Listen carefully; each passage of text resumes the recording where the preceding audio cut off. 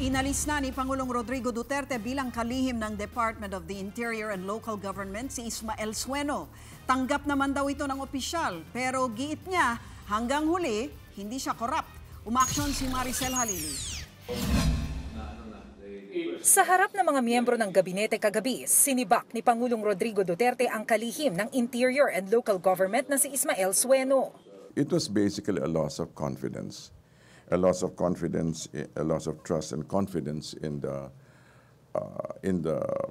man and the position. Nitong mga nagdaang araw, kumalat ang sinasabing confidential memo tungkol sa umano'y tangkang pagpapaalis ni Sueno sa tatlong undersecretary na sina John Castriciones, Jesus Hinlo at Emily Padilla. Sa sulat, inireklamo ang umano'y pang-aabuso ni Sueno sa posisyon. Kabilang na dito ang umano'y bagong hotel ni Sueno sa Marbel, South Cotabato at ang sinasabing mga dagdag ng establishmento sa bukid sa South Cotabato. Naging aligasyon din ang umano'y overpriced fire trucks na binili mula sa Austria. At sa cabinet meeting kagabi, pinabulaanan din niya ito sa harap ng Pangulo.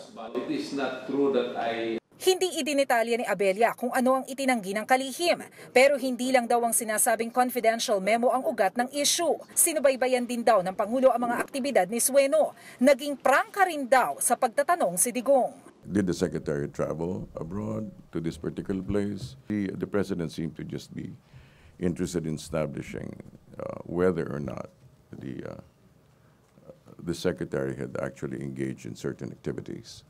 Apparently, the president has done due diligence, and so he has checked into the matter, and and apparently he has taken note of several legally untenable situations.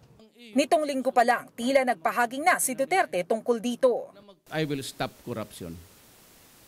And in due time, I'm going to dismiss another official. Titigas talaga ng ulo. Sabi ko nga, the first whip. Hindi ko na kailangan maamoy ko lang. Si Sueno ang sinasabing kumumbinsi kay Duterte para tumakbo sa eleksyon, pero siya ngayon ang unang kalihim na nasipa sa pwesto. Sa statement, sinabi ni Sueno na nirerespeto niya ang desisyon ng Pangulo pero hindi raw siya korap. Ang hiling lang ni Sueno, sana raw ay na-validate ang nakuhang impormasyon ng Pangulo. Malinaw daw ang kanyang konsensya at walang ginawang anomalya. Nakadepende na raw sa Pangulo kung paiimbestigahan o kakasuhan si Sueno.